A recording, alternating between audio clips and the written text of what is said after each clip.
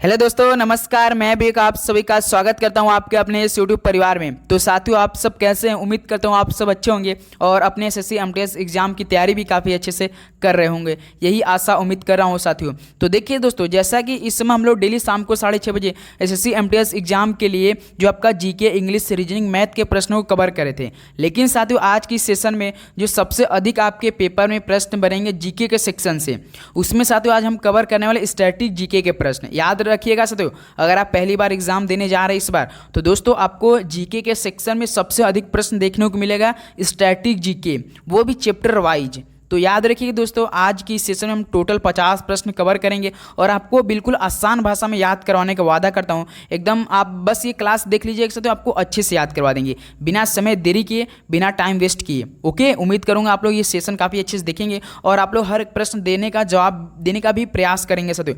By mistake आपका गलत हो रहा होगा तो भी आपको निराश नहीं होना है, क्योंकि दोस्तों ये क्लास आप ही लोगों के लिए होने वाला है। तो आप लोग याद करेंगे अच्छे से, एकदम बेसिक से बेसिक प्रश्न करेंगे, वो भी ओरिजिनल पेपर के। ऐसा नहीं कि प्रैक्टिस सेट या आपका मॉक टेस्ट वाली प्रश्न करेंगे, बिल्कुल ओरिजिनल पेपर जो आपका सीधे पेपर में आया हुआ प्रश्न है। याद रखिएगा दोस्तों। तो दोस्त आज आपका 17 अगस्त है। याद रखिएगा, आप जब फॉर्म भरते समय आपका बाय मिस्टेक किसी वजह से आपका नेम, एड्रेस, फोटो, साइन में या किसी भी चीज़ में रॉन्ग हुआ है, तो दोस्त आज आप जाकर लिंक पे आपका एक्टिवेट हो चुका है, आप लोग कर सकते हैं आप लोग अच्छे से। चलिए, आप लोग शाम को 6:30 बजे को तो आप लोग कर ही लेंगे, उम्मीद करूँगा शाम तक चलेगा, आप लोग कर लीजिएगा। ओके, देखिए आपका एक काफ़ी हमारे पास कमेंट आ रहे थे, सर हमारा तो कोई मतलब रिजेक्शन का वो ईमेल नहीं आया मैसेज। तो उनको कोई टेंशन नहीं, जिनका रिजेक्शन हुआ केवल उन्हीं का मैसेज आ रहा है ईमेल पे, और किसी का कुछ क्लिकर ईमेल पे मैसेज नहीं आ रहा है। तो आपको टेंशन लेने की नहीं ज़रूरत है, आपको केवल पढ़ाई फोकस करना है। आपको पैटर्न भी मालूम होगा एसएससी एमटीएस का। पहले आप एग्जाम देंगे तो आपको सेक्शन फर्स्ट में मिलेगा, आपको पहले मैथ और रीजनिंग मिलेगा, जो कि साथियों आपको 45 मिनट का समय दिया जाएगा। मैथ रीजनिंग 40 क्वेश्चन का रहेगा। याद रखिएगा दोस्तों, 40 क्वेश्चन है, जो कि आपको अगर आप SC ST के तो 8 क्वेश्चन सही करना पड़ेगा, OBC के तो 10 क्वेश्चन, अगर जनरल से है तो दोस्त आपको 12 क्वेश्चन सही करना पड़ेगा।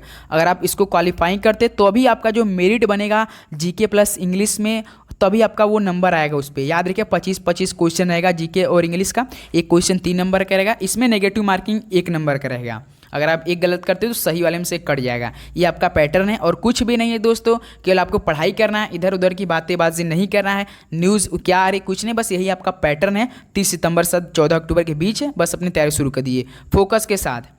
चलिए आज का हम लोग सेशन स्टार्ट करते हैं और अपना स्कोर जरूर बताइएगा आप सभी कितना स्कोर बन रहा है आज की सेशन से।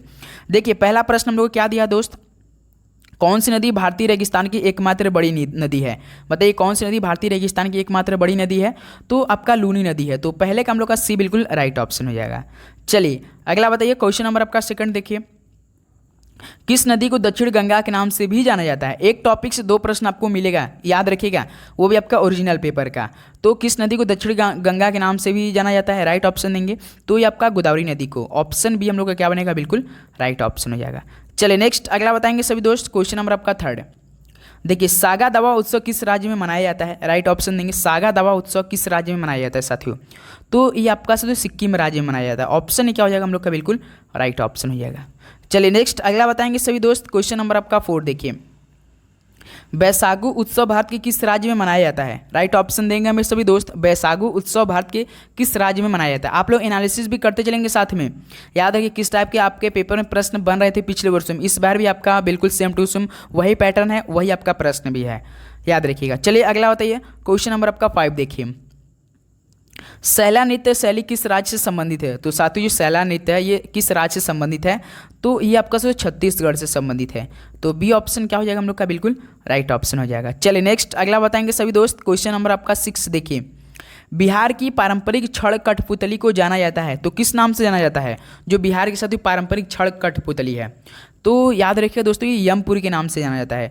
ऑप्शन सी क्या हो जाएगा हम लोग का? बिल्कुल राइट ऑप्शन हो जाएगा। चलिए नेक्स्ट अगला बताएंगे सभी दोस्त, क्वेश्चन नंबर आपका 7 देखिए, यक्षगान नृत्य किस राज्य से संबंधित है? याद रखिए दोस्तों ये एसएससी का ना फेवरेट सवाल है भाई साहब। क्या है? एसएससी का ये फेवरेट सवाल है, क्योंकि बार बार प्रश्न पूछता है, किसी न किसी शिफ्ट में जरूर पूछेगा। 40 से 42 शिफ्ट आपका पेपर होगा, तो किसी ना किसी शिफ्ट में जरूर पूछे। एक दिन में 3 शिफ्ट होगा, 14 दिन होगा, यानी 42 शिफ्ट होगा। तो यक्षगान किस नृत्य किस राज्य से संबंधित रखता है? तो दोस्त ये आपका कर्नाटक राज्य से। ऑप्शन ए हम लोग का बिल्कुल राइट ऑप्शन हो जाएगा। चलिए नेक्स्ट अगला बताएंगे सभी दोस्त, क्वेश्चन नंबर आपका 8, देखिए किशन महाराज किस वाद्य यंत्र से संबंधित है? किशन महाराज जी किस वाद्य यंत्र से संबंधित है? राइट ऑप्शन देंगे तो ये तबला से संबंधित रखते हैं। तो ऑप्शन सी हम लोग क्या हो जाएगा, बिल्कुल राइट ऑप्शन हो जाएगा। चलिए नेक्स्ट अगला सवाल देखते हैं। क्वेश्चन नंबर आपका देखिए 9 क्या दिया है। जयप्रभा मेनन किस शास्त्रीय नृत्य से संबंधित रखती हैं? तो साधु जो जयप्रभा मेनन थी वो किस नृत्य शास्त्री से संबंधित रखती थी?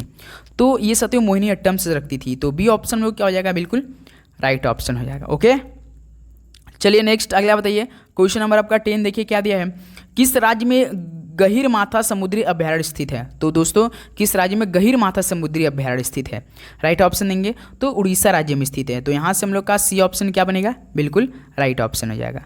ओके चलिए नेक्स्ट अगला बताएंगे। क्वेश्चन नंबर आपका 11 देखिए क्या दिया है। भाखड़ा नांगल परियोजना किस नदी पर स्थित है? तो साथियों जो भाखड़ा नांगल परियोजना है ये किस नदी पर स्थित है, बताइए राइट ऑप्शन दीजिए। तो दोस्त ये आपका सतलुज नदी पर स्थित है। तो यहाँ से डी ऑप्शन में वो क्या बन रहा है, बिल्कुल राइट ऑप्शन हो जाएगा। उम्मीद करूँगा तो आप लोग भी हर एक सवाल का काफ़ी अच्छे से जवाब दे रहे होंगे और एक एक प्रश्न को याद भी करते चलेंगे। याद रखिएगा। देखिए क्वेश्चन नंबर 12 क्या दिया है। अरावली पर्वतमाला के उच्चतम बिंदु का नाम क्या है? बताइए अरावली पर्वतमाला के उच्चतम बिंदु का नाम बताना आपको। तो कौन सा हो जाएगा, गुरु शिखर है नाम, याद रखिएगा। बी ऑप्शन क्या हो जाएगा, बिल्कुल राइट ऑप्शन हो जाएगा। चलिए नेक्स्ट अगला बताएंगे। क्वेश्चन नंबर आपका 13 देखिए। भारत की कौन सी झील विवर्तनिक गतिविधि का परिणाम का उदाहरण है? तो दोस्त जो भारत की ऐसी कौन सी झील है जो कि विवर्तनिक गतिविधि के परिणाम का उदाहरण है? तो याद रखिए तो उलर झील है। तो सी ऑप्शन क्या हो जाएगा हम लोग का, बिल्कुल राइट ऑप्शन हो जाएगा। चलिए नेक्स्ट अगला बताएंगे सभी दोस्त। क्वेश्चन नंबर आपका 14 देखिए। निम्नलिखित में से कौन सा भारत का तीसरा सबसे ऊंचा जलप्रपात है? तो दोस्तों भारत का तीसरा सबसे ऊंचा जलप्रपात कौन सा है? चलिए बताइए। कन्फर्म एक प्रश्न आपको जलप्रपात से देखने को मिल सकता है। तो जो आपके पास नोहकलिकाई जलप्रपात है ना, ये भारत का तीसरा सबसे ऊंचा जलप्रपात है। सी ऑप्शन क्या बनेगा, बिल्कुल मुक्का राइट ऑप्शन हो जाएगा। चलिए अगला बताइए। क्वेश्चन नंबर आपका 15 देखिए। जबलपुर किस नदी के तट पर स्थित है? बताइए साथियों जो जबलपुर है ये किस नदी के तट पर स्थित है? तो ये आपका नर्मदा नदी पर स्थित है। बी ऑप्शन क्या हो जाएगा यहाँ से, बिल्कुल आपका राइट ऑप्शन हो जाएगा। चलिए नेक्स्ट अगला बताएंगे सभी दोस्त। क्वेश्चन नंबर आपका 16 देखिए। सौर मंदिर किस राज्य में स्थित है? बताइए दोस्त, इंपॉर्टेंट सवाल है पेपर की दृष्टि से, बताएंगे पेपर के पॉइंट ऑफ व्यू से देखेंगे तो इंपॉर्टेंट सवाल बन सकता है आपके पेपर के लिए। तो सौर मंदिर किस राज्य में स्थित है? तमिलनाडु। आप सोच रहे होंगे साथियों, काफ़ी दोस्त जो पहली बार एग्जाम दे रहे होंगे तो वो सोच रहे होंगे साथियों स्ट्रैटेजी के बहुत बड़ा सब्जेक्ट है, हिस्ट्री भी बहुत बड़ा सब्जेक्ट है, हमको कितना पढ़ना पड़ेगा। तो सदी केवल क्वेश्चन 25 ही आता है। देखिए दोस्त पूरा टॉपिक से नहीं आता है, लेकिन जिनका लक्ष्य साथ दिया तो उनको पेपर काफ़ी ईजी मिल जाता है। काफ़ी शिफ्टों का पेपर काफ़ी इजी रहता है, काफ़ी शिफ्टों का थोड़ा सा लेवल उठ के आता है सवालों का।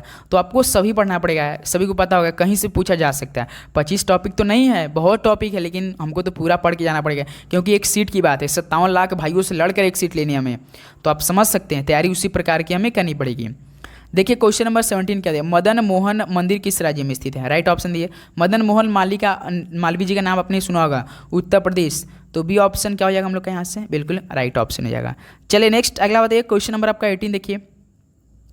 भारत के पर्वतीय रेल में कितने रेलवे लाइन है जो पहाड़ों में बनाया गया है? बताइए दोस्तों भारत के पर्वतीय रेल में कितनी रेलवे लाइन है जो कि पहाड़ों में बनाया गया है? तो ये आपका साथ 5 है, याद रखिए। ऑप्शन सी हम लोग का बिल्कुल राइट ऑप्शन हो जाएगा। चलिए नेक्स्ट अगला बताएंगे सभी दोस्त। क्वेश्चन नंबर आपका 19 क्या दिया है। यूको बैंक का मुख्यालय कहाँ पर स्थित है? और एक बात याद रखिए, जो आपका बैंक है साथियों ना, बैंक से जितने भी टॉपिक आपको जहाँ से मिले तहाँ से मिले आप लोग जरूर पढ़ के जाइएगा, क्योंकि हर शिफ्ट में जरूर सवाल बनता है बैंक से रिलेटेड आपका। याद रखिएगा बैंक अवेयरनेस से जो जितने प्रश्न बनते हैं तो जरूर पढ़िएगा दोस्त, क्योंकि कन्फर्म है पेपर में सवाल आएंगे आपका। तो यूके बैंक का मुख्यालय आपका कोलकाता में स्थित है। बी ऑप्शन क्या हो जाएगा, बिल्कुल राइट ऑप्शन हो जाएगा। चलिए नेक्स्ट अगला बताएंगे सभी साथी। क्वेश्चन नंबर आपका 20 देखिए। आईएमओ का मुख्यालय कहाँ पर स्थित है? बताइए आईएमओ का मुख्यालय कहाँ पर स्थित है? तो दोस्त ये आपका लंदन में पड़ता है। तो डी ऑप्शन क्या हो जाएगा हम लोग का, बिल्कुल राइट ऑप्शन हो जाएगा। चलिए नेक्स्ट अगला बताएंगे सभी दोस्त। क्वेश्चन नंबर आपका देखिए 21 क्या दिया है। साउथ कोरिया की मुद्रा क्या है? आप लोग से सभी से रिक्वेस्ट की जो आपका राज्य की राजधानी मुद्रा पढ़ के जाइएगा, क्योंकि पेपर में प्रश्न जरूर आएगा। तो साउथ कोरिया की मुद्रा आपको बताना है क्या होती है, राइट ऑप्शन दीजिए। बताइए वॉन होती है, याद रखिए। सी ऑप्शन क्या हो जाएगा हम लोग के, बिल्कुल राइट ऑप्शन। एक सवाल हम आप सभी से पूछना चाहते हैं कि चलिए बताइए कि बांग्लादेश की मुद्रा क्या होती है? बांग्लादेश की मुद्रा आप लोग को कमेंट बॉक्स में देना है क्या होती है, सही जवाब दीजिएगा। चलिए अगला बताइए दोस्त। क्वेश्चन नंबर आपका 22।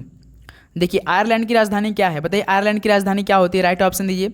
तो ये आपका डबलिन होता है, ऑप्शन सी बिल्कुल राइट ऑप्शन। चलिए अंकारा किस देश की राजधानी होती है, ये आप लोग को राइट ऑप्शन देना है। 2 सवाल होमवर्क में हो गया, बांग्लादेश की मुद्रा और अंकारा किस देश की राजधानी है। चलिए बताइए। चलिए नेक्स्ट अगला बताइए, क्योंकि कैनबरा आया हुआ ऑस्ट्रेलिया की जो राजधानी कैनबरा ने, ये आपके पेपर में प्रश्न आया हुआ है, याद रखिएगा। क्वेश्चन नंबर 23 देखिए, इसरो का मुख्यालय कहाँ स्थित है, इंडियन स्पेस रिसर्च ऑर्गेनाइजेशन का मुख्यालय कहाँ पर स्थित है। तो काफ़ी जी सवाल है दोस्त, ये आपका बेंगलुरु में स्थित है। डी ऑप्शन क्या हो जाएगा हम लोग का, बिल्कुल राइट ऑप्शन हो जाएगा। चलिए अगला बताते हैं साथियों, क्वेश्चन नंबर 24 देखिए क्या दिया है, आरोग्य संजीवनी योजना की अधिकतम आयु कितनी है। तो दोस्तों जो आरोग्य संजीवनी योजना है, इसकी अधिकतम आयु आपसे पूछा है वो कितनी होती है, बताइए।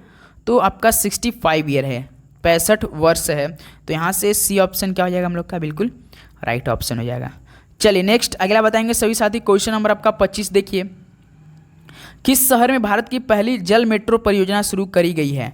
तो साथियों किस शहर में भारत की पहली जल मेट्रो परियोजना शुरू करी गई है। तो दोस्तों ये आपकी करी गई है, याद रखिए कोच्चि शहर में। ऑप्शन सी क्या हो जाएगा हम लोग का, बिल्कुल राइट ऑप्शन हो जाएगा। 25 क्वेश्चन पहुंच चुके हैं, यानी 75 नंबर का आप लोग का टेस्ट हो चुका है। आप लोग बताते चलिएगा आप लोग का कितना स्कोर बन रहा है। ओके उम्मीद करूंगा आप लोग याद भी कर रहे होंगे और एनालिसिस भी कर रहे होंगे किस तरह के आपके पेपर में प्रश्न बन रहे थे पिछले वर्षों में। देखिए भारत का दक्षिणतम बंदरगाह किस राज्य में स्थित है, बार बार प्रश्न बनता है आपके पेपर में बंदरगाह से। बताइए भारत का दक्षिणतम बंदरगाह किस राज्य में स्थित है। तो ये दोस्तों आपका तमिलनाडु राज्य में स्थित है। तो यहाँ से डी ऑप्शन क्या हो जाएगा, बिल्कुल राइट ऑप्शन हो जाएगा। चलिए नेक्स्ट अगला बताएंगे सभी दोस्त, क्वेश्चन नंबर आपका 27 देखिए, कांडला बंदरगाह किस राज्य में स्थित है। भाई साहब आप लोग आंख मूंद कर इसको याद कर लीजिएगा, बिल्कुल अच्छे 100% आपके पेपर में पूछेगा। कांडला बंदरगाह तेल नदी के नाम से भी आप लोग इसे जानते होंगे। तो आपका गुजरात में स्थित है, याद रखिए बी ऑप्शन यहाँ से क्या हो जाएगा, बिल्कुल राइट ऑप्शन हो जाएगा। चलिए नेक्स्ट अगला बताइए, क्वेश्चन नंबर आपका 28, भोपाल किसकी राजधानी। ये सवाल हम आपने इससे पूछा था, जो कि काफ़ी भाइयों ने बहुत सही जवाब दिया था, बिल्कुल वेरी गुड एक्सीलेंट। तो भोपाल किसकी राजधानी है बताइए, किसकी होती है। तो एमपी की होती है। तो मध्य प्रदेश, बी ऑप्शन में क्या हो जाएगा, बिल्कुल राइट ऑप्शन हो जाएगा। चलिए नेक्स्ट अगला बताइए, क्वेश्चन नंबर आपका 29 देखिए क्या दिया है, सभी दोस्त बताएंगे।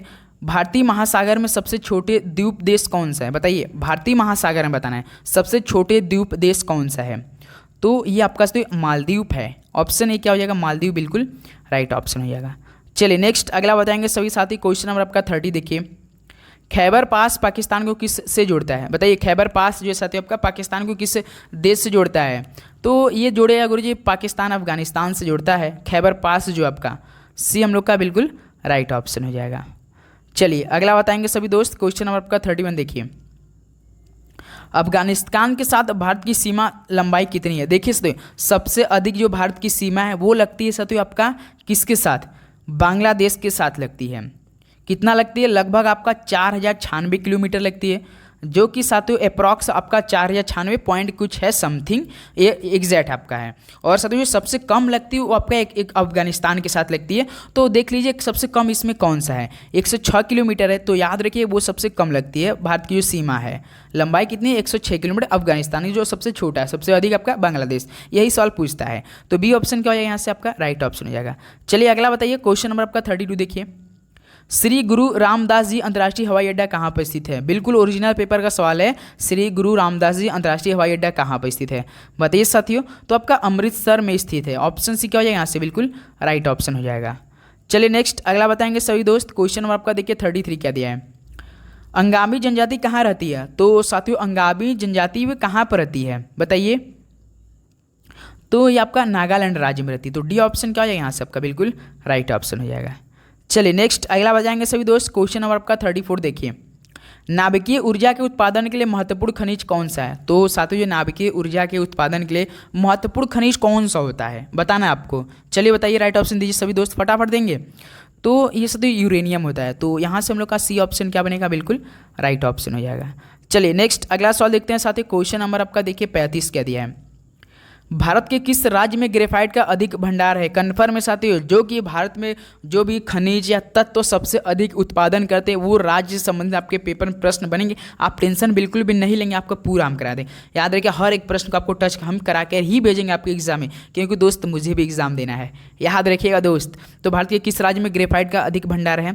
तो ये आपका अरुणाचल प्रदेश में है। तो सी ऑप्शन क्या हो जाएगा, बिल्कुल आपका राइट ऑप्शन हो जाएगा। चलिए नेक्स्ट अगला बताएंगे सभी दोस्त, क्वेश्चन नंबर आपका 36 देखिए, डैश बंगाल के पहले गवर्नर जनरल कौन थे, बताइए बंगाल के पहले गवर्नर जनरल तो कौन थे, वारेन हेस्टिंग्स थे। ऑप्शन सी क्या हो जाएगा, बिल्कुल राइट ऑप्शन हो जाएगा। चलिए अगला बताइए, क्वेश्चन नंबर आपका 37 देखिए, रोवर्स कप किस खेल से संबंधित है। तो साथियों जो रोवर्स कप है ये किस खेल से संबंधित है, राइट ऑप्शन देंगे सभी दोस्त फटाफट देंगे, किस खेल से संबंधित है रोवर्स कप, तो ये फुटबॉल से संबंधित है। तो डी ऑप्शन क्या हो जाएगा हम लोग का, बिल्कुल राइट ऑप्शन हो जाएगा। चलिए नेक्स्ट अगला सवाल देखते हैं साथियों, क्वेश्चन नंबर आपका 38, स्टंपिंग शब्द किस खेल से संबंधित, ये सवाल हम नहीं बताने वाला, ये सवाल आप लोग हमें बताएंगे कमेंट बॉक्स में सही, क्योंकि दोस्त काफ़ी ये सवाल, ये PY की सवाल है, याद रखिए ये पेपर में आया हुआ सवाल है, ऐसा नहीं कि बिल्कुल आपका वेस्टिंग सवाल है, बिल्कुल नहीं दोस्त, पेपर में आया हुआ प्रश्न है। स्टंपिंग शब्द किस खेल से संबंधित है, राइट ऑप्शन हमें कमेंट बॉक्स आप सभी दोस्त करेंगे। चलिए अगला बताइए, क्वेश्चन नंबर आपका 39 देखिए, क्या दिया सवाल, इंदिरा सैन्य अभ्यास भारत और किस देश के बीच होता है, बताइए साथियों इंदिरा सैन्य अभ्यास भारत और किस देश के बीच में होता है। तो ये होता है भारत और रूस के बीच में होता है। तो ऑप्शन ही हम लोग का बिल्कुल राइट ऑप्शन हो जाएगा। चलिए नेक्स्ट अगला बताएंगे सभी दोस्त, क्वेश्चन नंबर आपका 40 देखिए, चंपारण कृषि अधिनियम कब पारित किया गया था। तो साथियों चंपारण कृषि अधिनियम था ये कब पारित किया गया था, तो ये दोस्त आपका 1918 में किया गया था। तो बी को क्या हम लोग लॉक कर सकते हैं, बताइए बिल्कुल अच्छी तरीके से बी हम लोग का राइट ऑप्शन हो जाएगा। चलिए अगला बताइए, चलिए साथियों एक सवाल हम आप सभी से पूछना चाह रहे हैं कि जो सत्याग्रह शब्द था ये किसने गढ़ा, सुबह वाले भी क्लास में मैंने पूछा था, सुबह वाले भी क्लास में मैंने पूछा था कि सत्याग्रह जो शब्द है दोस्त ये शब्द किसने गढ़ा था, क्योंकि प्रश्न आया हुआ है आपके पेपर में। चलिए बताइए क्वेश्चन नंबर आपका 41 देखिए क्या दिया है, 2011 की जनगणना के अनुसार भारत सबसे कम जनसंख्या वाला राज्य कौन सा है। 4 से 5 बार सवाल आया हुआ आपके पेपर में। 2011 की जनगणना के अनुसार बताइए सबसे कम जनसंख्या वाला राज्य कौन था, तो ये सिक्किम राज्य था। ऑप्शन सी क्या हो जाएगा, बिल्कुल राइट ऑप्शन हो जाएगा। चलिए नेक्स्ट अगला सवाल देखते हैं साथ ही, क्वेश्चन नंबर आपका 42, 2011 की जनगणना के अनुसार किस राज्य में साक्षरता दर देश में तीसरी सबसे कम थी, सबसे अधिक तो आपका किस राज्य की थी, बताइए केरल या हरियाणा, बताइए पहले इस सवाल का राइट ऑप्शन दीजिए। 42 का तीसरी सबसे कम थी तो राजस्थान की, सबसे अधिक आपका केरल की थी, आप लोगों को पता होना चाहिए, डी हम लोग का बिल्कुल राइट ऑप्शन हो जाएगा। चलिए नेक्स्ट अगला बताएंगे सभी दोस्त, क्वेश्चन नंबर आपका 43 देखिए क्या दिया है, भारत में पहली आर्थिक जनगणना कब की गई थी, मोस्ट इंपॉर्टेंट सवाल है ये। भारत की नवीनतम जनगणना 2011 की जनगणना को बोलते हैं, जो कि भारत में पहली आर्थिक जनगणना की गई थी, तो ये साथियों 1977 में की गई थी। डेट याद रखेंगे 1977, पेपर में प्रश्न आएंगे यही आएगा, ये ऑप्शन बिल्कुल यहाँ से सही जवाब हो जाएगा। चलिए अगला बताइए, क्वेश्चन नंबर आपका 44 देखिए, 1956 के औद्योगिक नीति संकल्प ने किसका आधार बनाया था, कौन सा पंचवर्षीय योजना बनाया गया था, बताइए साथियों जो 1956 के औद्योगिक नीति संकल्प ने, तो दोस्तों ये बनाया था आपका दूसरी पंचवर्षीय योजना का आधार बनाया था। ऑप्शन सी क्या हो जाएगा, बिल्कुल राइट ऑप्शन है, क्योंकि आपको डेट ही देखकर मालूम होना जाना चाहिए, क्योंकि 1951 में आपका पहला पंचवर्षीय नहीं स्टार्ट हुआ था, 1951 से लेकर 1956, उसके बाद स्टार्ट हो गया था आपका दूसरी पंचवर्षीय योजना, याद रखिएगा। चलिए अगला बताइए, क्वेश्चन नंबर आपका 45 देखिए क्या दिया सवाल, भारत में राष्ट्रीय उपभोक्ता दिवस कब मनाया जाता है। तो साथियों जो भारत में राष्ट्रीय उपभोक्ता दिवस ये कब मनाया जाता है, राइट ऑप्शन देंगे। चलिए बताइए 24 दिसंबर को मनाया जाता है, याद रखिएगा। भारत में जो राष्ट्रीय उपभोक्ता दिवस मनाया जाता है ये आपका 24 दिसंबर को मनाया जाता है। डी ऑप्शन हम लोग का बिल्कुल राइट ऑप्शन हो जाएगा। चलिए नेक्स्ट अगला बताएंगे सभी दोस्त, क्वेश्चन नंबर 46 देखिए, ग्रेट बैरियर रीफ कहाँ पर स्थित है। यदि आपके पेपर में रीफ दिख गया, रीफ गया या ग्रेट बैरियर रीफ दिख गया तो आप तुरंत मारेंगे किस देश में, बताइए कहाँ पर स्थित है, राइट ऑप्शन देंगे तो सीधे ऑस्ट्रेलिया जाएंगे। ऑप्शन सी हम लोग का बिल्कुल राइट ऑप्शन हो जाएगा। चलिए अगला बताएंगे सभी दोस्त, क्वेश्चन नंबर आपका देखिए 47 क्या दिया, आरबीआई का मुख्यालय कहाँ पर स्थित है, बताइए सभी दोस्त आरबीआई का मुख्यालय कहाँ पर स्थित है। तो ये दोस्त आपका मुंबई में स्थित है, याद रखिए आरबीआई का मुख्यालय आपका रिजर्व बैंक ऑफ इंडिया का मुख्यालय कहाँ पे स्थित है, मुंबई में। तो यहाँ से सी ऑप्शन आपका बिल्कुल राइट ऑप्शन। बैंक से संबंधित जितने भी प्रश्न आपको दिखे कहीं मिल रहा आप लोग पढ़ कीजिएगा, क्योंकि आपके पेपर में दोस्तों कम से कम 3 से 4 सवाल बैंक से रिलेटेड बन जाता है हर शिफ्ट में, याद रखिएगा। क्वेश्चन नंबर 48 देखिए, पेंटिंग माई मदर किसने बनाई थी। तो साथियों पेंटिंग माई मदर किसने बनाई थी, राइट ऑप्शन दीजिए, बता सकते हैं। तो ये दोस्तों अवनींद्रनाथ टैगोर ने बनाया था, अवनींद्रनाथ टैगोर ने। यहाँ से बी ऑप्शन हम लोग का बिल्कुल सही जवाब हो जाएगा। चलिए अगला बताइए, क्वेश्चन नंबर आपका 49 देखिए क्या दिया सवाल, एक सौर चक्र की औसत लंबाई होती है। तो बताइए भाई साहब एक जो सौर चक्र की औसत लंबाई होती है ना वो आप सोच कर दंग रह जाएंगे। मतलब 11 वर्ष भाई साहब, लंबाई देख रहे हैं, 11 वर्ष, 13 वर्ष, 15 वर्ष, 16 वर्ष। तो याद रखिएगा दोस्तों, जो एक सौर चक्र की औसत लंबाई की बात हो रही है, एवरेज लंबाई, तो 11 वर्ष तक रहती है। ऑप्शन है हम लोग का बिल्कुल यहाँ से राइट ऑप्शन हो जाएगा। चलिए अगला बताइए, क्वेश्चन नंबर आपका 50 देखिए, किस ग्रह का कोई उपग्रह नहीं है। देखिएगा आपके पेपर में उपग्रह से रिलेटेड जरूर प्रश्न बनेगा, छपेगा, कन्फर्म आएगा। 3 नंबर आपको यहाँ से जरूर देखने को मिलेगा। तो किस ग्रह का कोई उपग्रह नहीं होता है, तो ये तो गुरुजी शुक्र का होता है। शुक्र को क्या बोलते हैं, सबसे चमकीला बोलते हैं। उसके बाद दूसरा नंबर पे सबसे गर्म ग्रह। तीसरी बात आपका सांझ का और भोर का तारा किसे बोलते हैं, शुक्र को, सबसे चमकीला ग्रह शुक्र को। और एक आपका पृथ्वी के जुड़वा, याद रखिएगा। इस तरह से आपका 50 प्रश्न कंप्लीट हो चुका है। जितने आपको हमने होमवर्क दिया उसको आप लोग सही जवाब हमें कमेंट बॉक्स में देंगे। ओके, उम्मीद आपसे यही से करूँगा और आप लोग अपनी तैयारी भी काफ़ी अच्छे से कर रहे होंगे। चलिए दोस्त, आज इस सेशन को यही समाप्त करते हैं। जितने भाई हमारे चैनल पर नए हैं तो प्लीज़ सब्सक्राइब करना ना भूलिएगा साथियों, क्योंकि सुबह के 11 बजे, शाम को 6:30 बजे आपकी तैयारी में बिल्कुल हम लगे हैं। आपको भी साथियों तैयारी बिल्कुल अच्छे से करना है। उम्मीद यही से आपसे करूँगा कि आप लोग अच्छे से तैयारी भी कर रहे होंगे। चलिए दोस्त, मिलते हैं कल एक बेहतरीन सेशन के साथ 11 AM पे। सभी को जय हिंद, वंदे मातरम, पढ़ाई करते रहिए। ऑल द वेरी बेस्ट, धन्यवाद।